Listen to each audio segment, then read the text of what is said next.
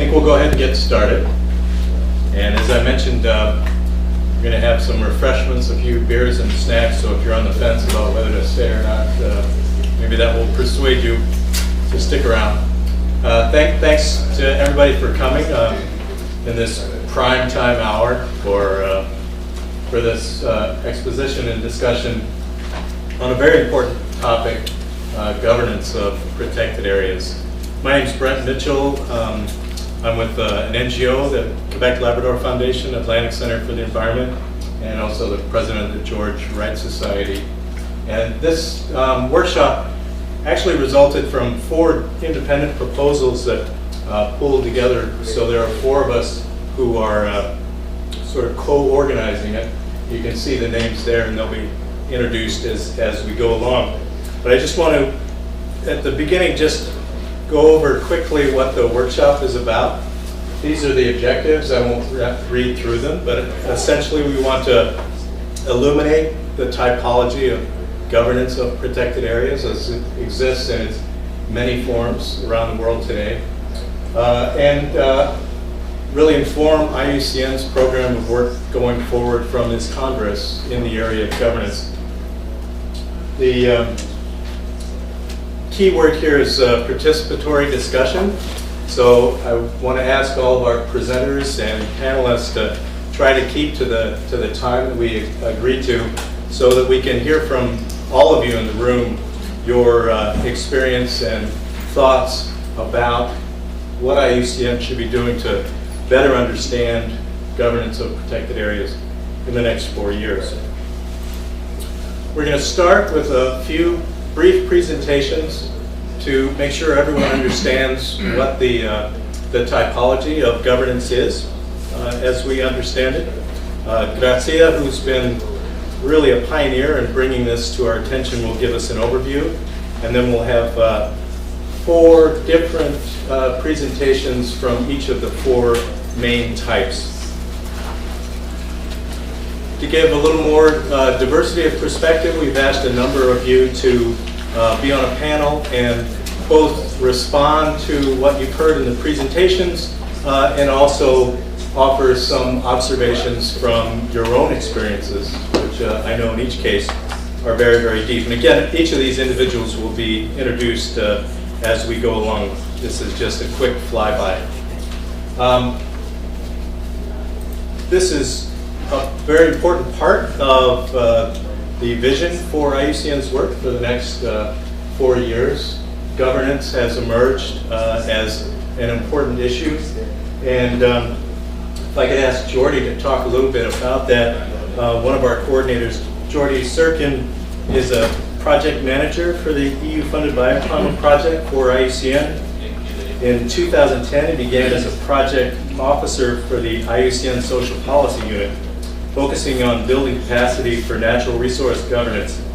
Jordy's worked with NGOs, governments, indigenous organizations in the tropical Andean region on policy, protected area planning, landscape conservation, governance, and communities.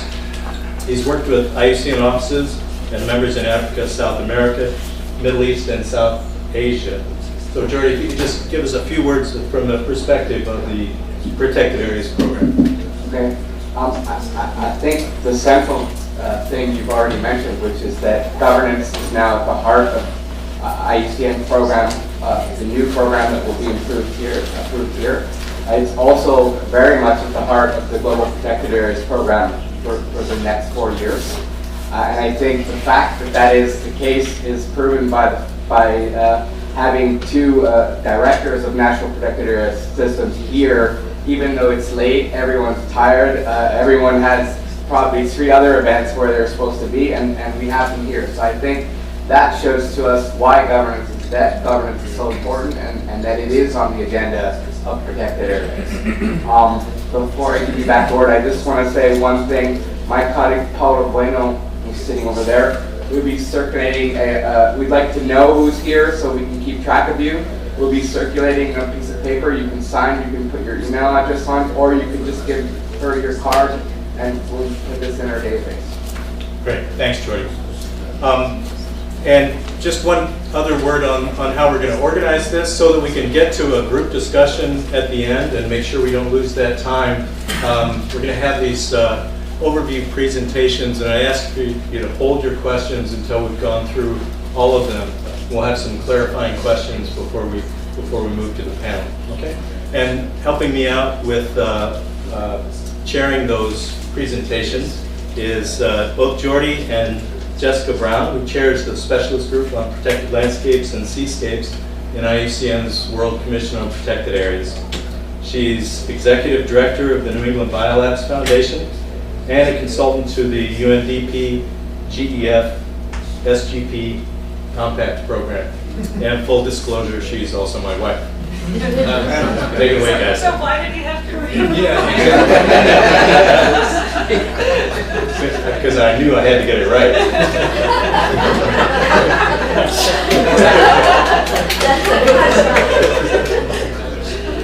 Great. So I think you're introducing our first speaker. We're going to do a tag team introductions here. First, I would like to introduce Grazie Borini Fairbairn. Grazie has been doing so much for governance over the years. She started as the social policy program officer in IUCN and built this program in the 1980s when she focused on community conservation, collaborative management.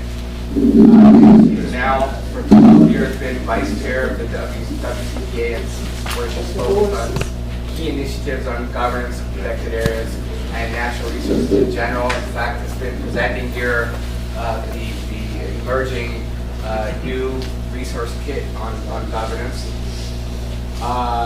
She is now the global coordinator. Yeah, is that it? Yes. She's now the global coordinator of the ICCA Consortium, an international association of indigenous peoples, local community organizations, and small NGOs working directly with indigenous peoples and local communities to support appropriate recognition and support of their ICCs. That's it. Thank you, Joseph. And good evening, friends, because I see so many friends that all the others can quickly become such. Full disclosure, I've already had a beer, so I'm in the mood. 15 years ago, or even sometimes 10 years ago, if you would have looked carefully in the literature about what we are talking about tonight, you would not even have found the word governance. Not that there was no governance around protected areas, there was, but indeed the word was not there.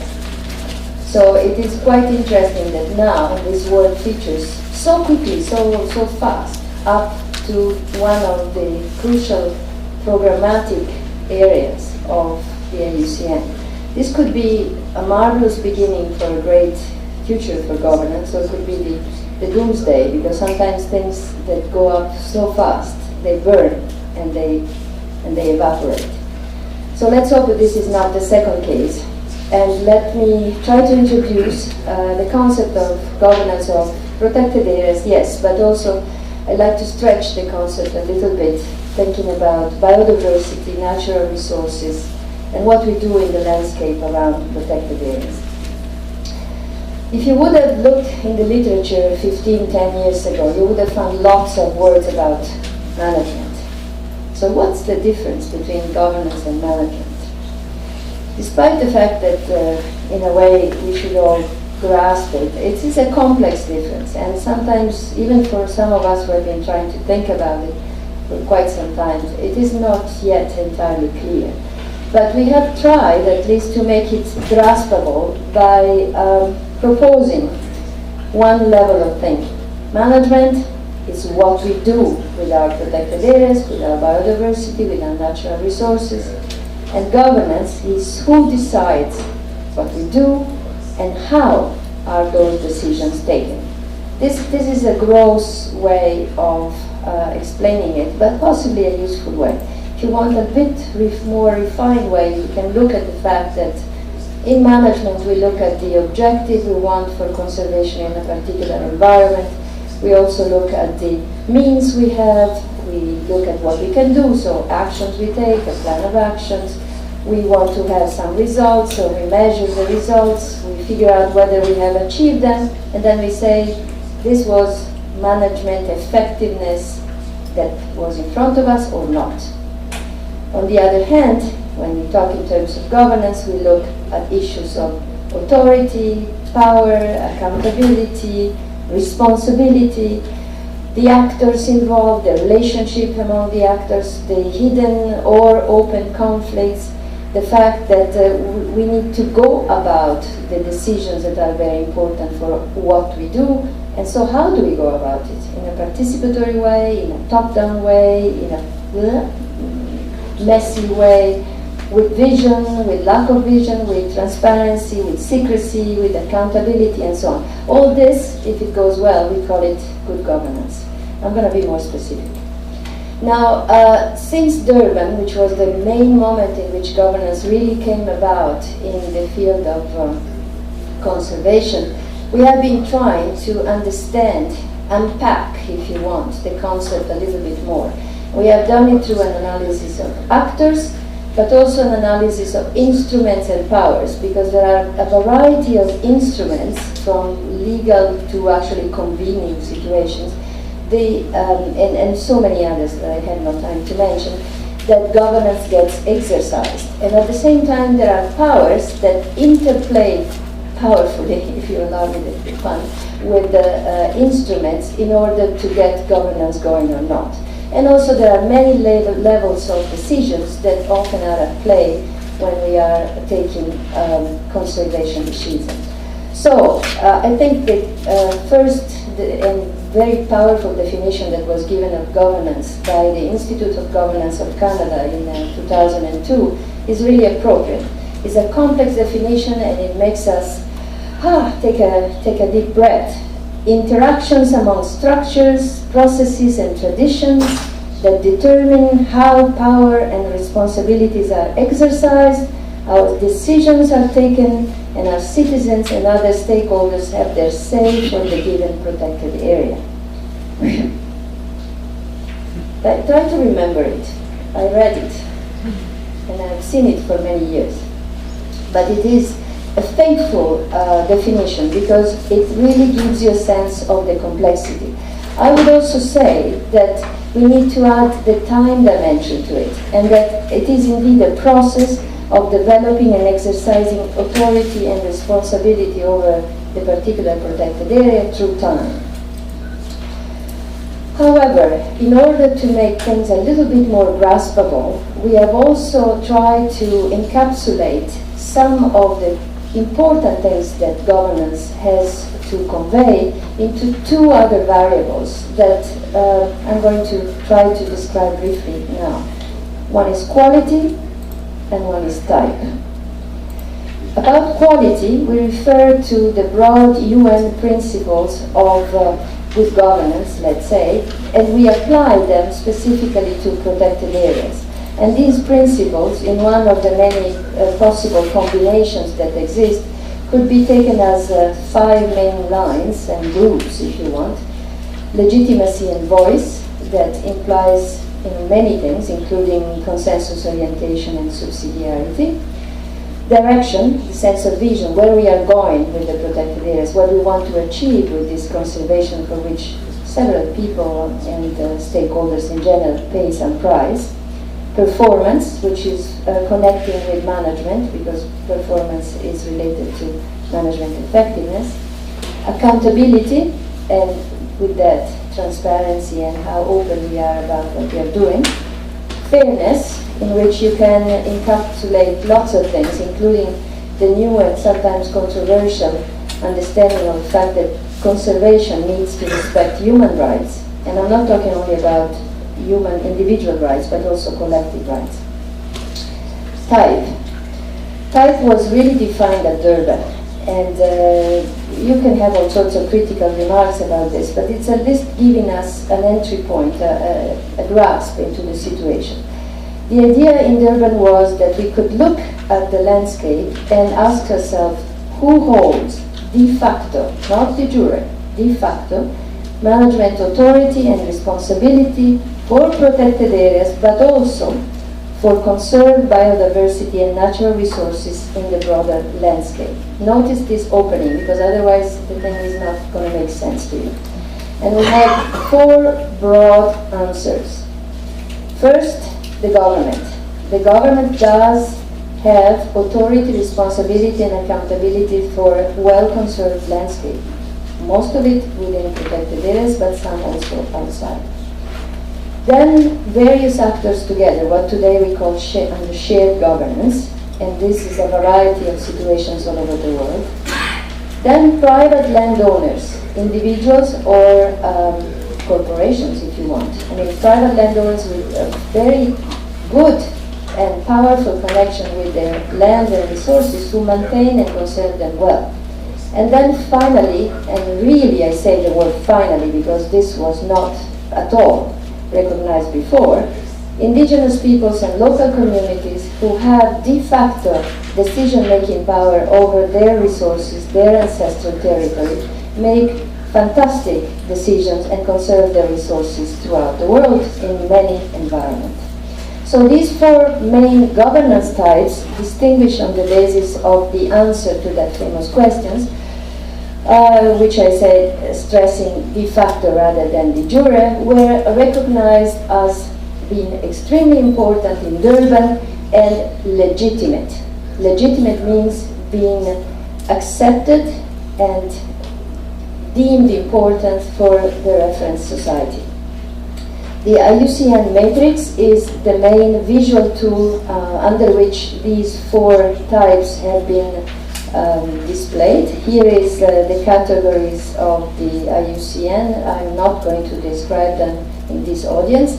These are the 4 governance types. The first, governance by government, mostly at different levels, but also delegated is a possibility. Then there is the shared governance, which is a variety of actors. There are also subgroups there. Transboundary is the most obvious. Then you have collaborative management or shared governance proper, when you have a body in which several places are taken by different actors. Then private governance by individuals or also by NGOs. There are so many NGOs in the world who are buying land in order to have conservation, in order to develop private protected areas, and this is a growing phenomenon. And then governance by indigenous peoples and local communities, with a clear subdivision, because CBD language and the UNDRIP are really making a difference today between indigenous peoples and local communities. Let me also call for the fact that the recent IUCN guidelines for protected area legislation makes more or less the same distinction. We have 4 types identified: governance by government, which is identified as the classic approach, state-owned and controlled in the majority of cases.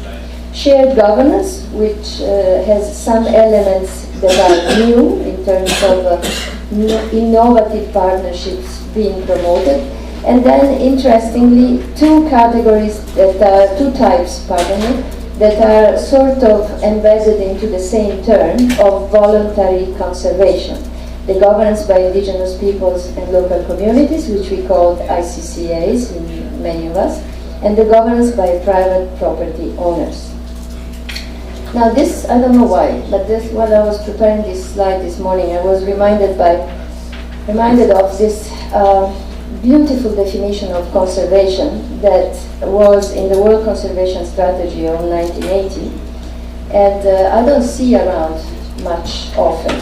But this fantastic variety of types that is enshrined in a major body of the IUCN, such as these guidelines, says that conservation of nature is a positive phenomenon embracing human-originated protection, maintenance, sustainable use, restoration, and enhancement of the natural environment. And all this really is a broad view of understanding protected areas. And with this slide, which is going to be my last one, I'd like to make this visible. And I'd like to stress on the fact that in deep green, you have officially recognized protected areas. in this case governed by, let's say, a state government, and this as a municipal government. But in the broad landscape and seascape, you can have something that may or may not be a protected area according to the level of international definitions such as IUCN or CPD, and may or may not be a protected area according to the specific national government, but it is important for conservation, but it is important for coverage and connectivity. And it is through the whole combination of all these types and forms of conservation in the landscape that we hope we could have a more powerful, equitable, and resilient overall conservation. And I thank you very much.